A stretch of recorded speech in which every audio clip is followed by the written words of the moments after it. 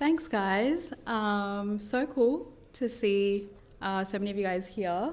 I remember being in this room not too long ago myself. So yeah, awesome and super cool initiative. Let me introduce myself. My name is Amrita, and I am currently a cloud networks and security engineer at Deloitte. And I'm here to basically share a little bit about what I do, and I'll be going through a reference architecture we use as engineers, and I'll also be talking about the day in the life. So without further ado, let's get started. Sorry. In the interest of time, I think I will skip the Kahoot. Sorry, everyone. But cool. So secure cloud, our reference architecture. Let's go into slide 1. So this is what your secure cloud setup looks like in AWS. I hope you guys enjoy all the transitions. So this is what we call a hub and spoke architecture or hub and spoke topology. Now, basically what this is it provides a central connection, which is the hub, to a bunch of isolated networks, which are the spokes. And in AWS, we use this using the transit gateway, which is the purple icon at the bottom. And this enables centralized routing, it simplifies scalability, and there's consistent policy enforcement throughout all the connected VPCs, or your virtual private clouds. So think of it like building a city, except instead of roads and buildings, we have networks, apps, firewalls. So number 2, we have centralized security. So all traffic is routed through a centralized security layer, next-gen firewalls, and inspection services protect against these external threats like DDoS attacks and any malicious traffic within the cloud. So just like airports have customs, we have security points like firewalls. If you look at the dotted lines, so we have SG, which are security groups, NACL, which are network access control lists, and the RT at the bottom is route tables. So security can be enforced through any of these points within your architecture. Security groups control access at the resource level. NACLs filter traffic at the subnet boundary, and routing tables define where traffic can flow. And combined, they make defense in depth and are a powerful layer of security for your infrastructure. And then we have number 3, which is controlled internet. Internet egress is managed through designated exit points. Instead of allowing every VPC to connect directly, so in a real-world scenario, when you let people out into the internet, we don't let every single building connect to each other. Obviously, that would be chaos. Instead, we have controlled exits, kind of like toll booths on a highway. So this way we know exactly who's connecting to cloud services and SaaS apps, and we can keep things safe. And finally, we have isolated spokes, number 4. So each spoke VPC is segmented and governed by its own security rules and policies. Isolation limits the impact of potential breaches, ensuring that a compromise in one environment doesn't propagate across the network. So this is an intro into hub and spoke topology. It's quite a popular reference model we use at work. It's quite religiously followed actually at work, and the clients love it because it's secure and it's highly scalable. So moving on to the next slide, thank you. Moving on to the next slide. This is all about what happens when you expand into a second hyperscaler. So you can see Azure has been added, and how to avoid chaos while connecting another cloud service provider. So we have number 1, each cloud provider offers comparable services and gives you similar building blocks, but they're not identical and they differ come implementation. So for example, AWS provides the transit gateway, Azure has the virtual WAN hub, and Google has their own flavor. Understanding these nuances is key to seamless integration. And then we have design priorities. So the trick is to make the cloud environments look as similar as possible, You want the environments to be similar in nature, and maintaining consistent designs across provides simplified operations, and aligning architecture reduces complexity, ensuring more predictable management and troubleshooting. And then we want to add the same next-gen firewalls. So we have best-of-breed next-gen firewalls, and security should be consistent too. So instead of juggling different firewalls in each cloud, we keep them aligned across the clouds. And that gives us one set of policies, one control plane, and a single pane of glass for visibility across the environment. And then next one, which is one of my favorites, is you add CNAPP. So CNAPP is a cloud-native application protection platform. Basically what this is it's a security posture management tool. So think of it as an overarching security overseer. And what it does is it gives you a first glance look at how your environment's looking. It identifies any risks. It also lists the mitigation steps. You can see your workloads, and it's just a dashboard that really shows you how your environment's looking. So a cool vendor that I've used recently at work is Checkpoint. They have an awesome CNAPP platform. And once it was deployed for our client, they were super happy with it because you don't really have to go into the code and find all the tricks, but it just shows you at first glance what's wrong, any risks, and it's a powerful layer of threat detection.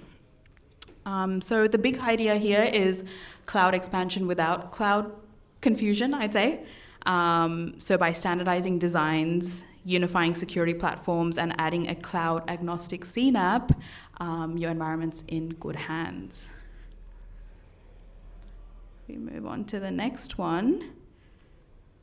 Perfect. So this one is about multi-cloud security, so enabling low latency, high speed interconnectivity.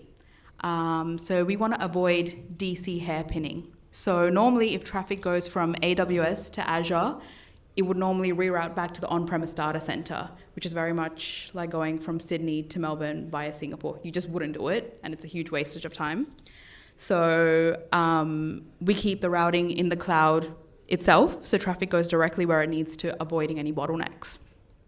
And then we have low latency across clouds. This setup gives us the fastest possible routes between cloud providers, whether it's AWS, Azure, or GCP, etc. And then routing policy control, this one's pretty self-explanatory. You want centralized routing policies to define how traffic flows between your cloud environments. And then we have automation, which is huge now. We have IAC, infrastructure as code, and DevOps. So we bring in automation, and instead of engineers manually setting up every route or firewall, we use infrastructure as code tools like Terraform, Kubernetes, Ansible, etc. to aid with this. So in short, this is how we connect to clouds securely and at speed. And the magic, I'd say, is combining smart routing, security checkpoints, and automation. So that's how you would approach that in multi-cloud. And then if we go into the next one, we have one of my favorite sayings is your cloud to ground comms. So this is how your cloud talks to your on-premise data center. So we want number one, which is expand comms to on-prem. So sometimes apps can't live fully within the cloud, whether that's because they're too sensitive or they're bandwidth hungry. This setup ensures fast, secure connection between the cloud and your on-premise data center, which is very much like building a high-speed railway between two cities. Number two, a single security vendor. A single security vendor model ensures consistent security policies across cloud and on-premise environments. This approach reduces complexity and eliminates any visibility gaps. And then we have infrastructure as code domains. So IAC is applied to both your cloud and on-prem environments. You have your security policies as code over here. And then finally, you have continuous monitoring. So of course, just because we have connections, it doesn't mean they're safe. So we need to ask, where's the weakest link? Is traffic being routed optimally, or is it taking the more risky and scenic route? And this reminds us that cloud to ground comms needs constant monitoring and optimization. So essentially this one's bridging the gap between old and new, connecting cloud and ground. And then we have your entire enterprise with SASE. So SASE, if none of you are familiar with it, it's Secure Access Service Edge. And to put it in plain terms, it's connecting networking and security. So for this, again, we want to remove DC happening. This is what I mentioned earlier about in the old world, all your traffic would route back to your on-premise data center before going out to the internet or cloud. And SASE fixes that by letting traffic go directly to where it needs to safely without any detours. And then we have SD-WAN modernization. So instead of old-style WAN links, we have SD-WAN, smart networking that routes traffic efficiently and securely even across the public internet. So a good SASE vendor we've been using recently is Zscaler.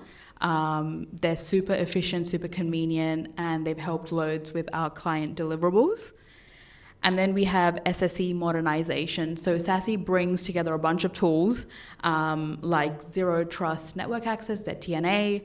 We have CASB, Cloud Security Access Broker, and Secure Web Gateways, SWGs, just to name a few. And finally, uplift security and experience. So the real win here is consistency across your environments. You get the same protection and same user experience. It shows the future of enterprise networking and security. No more choke points, no more pain points, or patchwork defenses. With SASE, your security is built into the network itself. So it's super convenient, and we use this highly across work. Cool, so now that the little knowledge sharing has been done, I want to share a little bit about what I do as a cloud networks and security engineer at Deloitte. So the first thing I want to talk about is your skills track. So I remember when I just graduated and I was trying to get my foot through the door, I had a hard time figuring out what certs I want to get into just because the industry demanded a lot.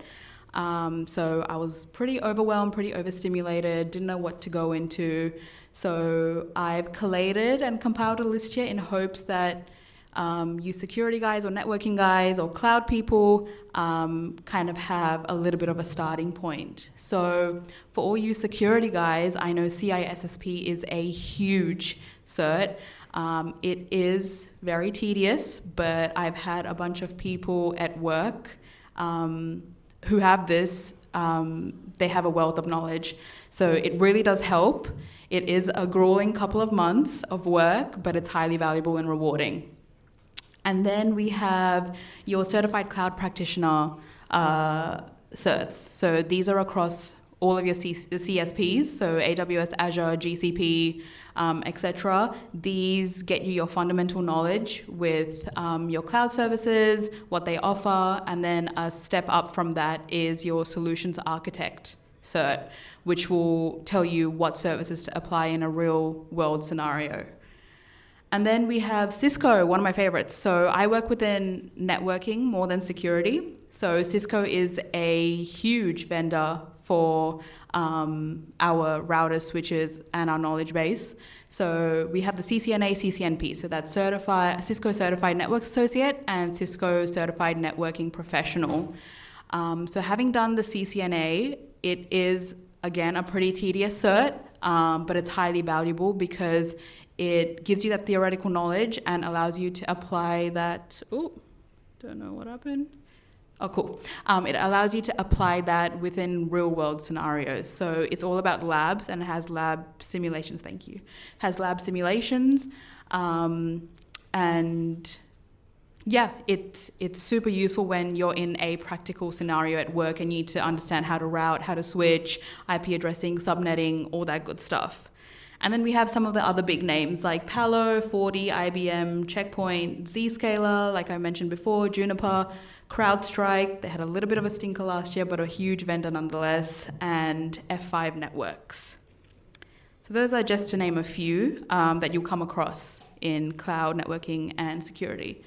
And then a little bit about what's in the pipeline. So what deliverables I work on at work. So we have HLDs and DLDs. So these are design documents. And basically they detail the network infrastructure. They go into networking diagrams, and it's just a high level overview of how your infrastructure is looking. And then if you want that extra granular level detail, or if the client wants that, you go into detail level designs where you specify CIDR ranges, again, your subnetting, IP addressing, supernetting, all that good stuff. And then we have cloud migration projects. So this is actually a cool one I'm working on at the moment. I'm working on a data center exit and migrating to a new data center. So as part of this, we do have a lot of late nights or early mornings because we want to do these migrations at off-peak hours, which I thought I'd hate, but it's super cool actually because you get the whole day off. But yeah, these are super cool, and this is basically core networking. So you need to have your fundamentals in networking to be able to navigate this with a little bit of ease. So again, going back to your CCNA, CCNP. And then we have some other projects like automation. That's a huge one for a lot of our crew. So we have writing Terraform, Ansible, Python, scripts, Kubernetes, hub and spoke architecture, like I mentioned before. Designing these central hubs for shared services and spoke isolation. And then we have a lot of projects around firewalls, security groups, and web application and API security. So deploying web access firewalls, API gateways, DDoS protection. So just to name a few, these are a couple of things that I work on. And consulting is good in that you get exposure to a variety of different types of projects. So that's super cool. And then finally, I'm sure you guys are across what your career pathways kind of look like. So I've just listed the main ones that I come across day to day and the peers I work with. So you have your main security roles, you have your network roles, and you have cloud as well. But a lot of these are very intrinsically linked. So if you're doing networking, you need security knowledge. If you're doing security, you need networking knowledge. So I'm kind of here to say that the world is very much your oyster. We are in a field where IT, you're going to be learning for the rest of your life. So you need to figure out a way to enjoy it.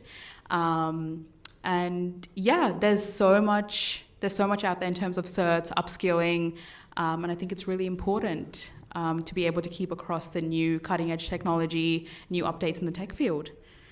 So that's all from me. I hope it was a little bit valuable. I hope you've had at least one or two key takeaways from this talk. I'll open the floor to any questions if there are any. If not, I do have a QR code. If anyone's shy to put their hand up, feel free to scan it, send me any questions. If you guys are also interested in the Deloitte career pathway or looking to get into consulting, I know we're hiring for the next round, so feel free to send through your details.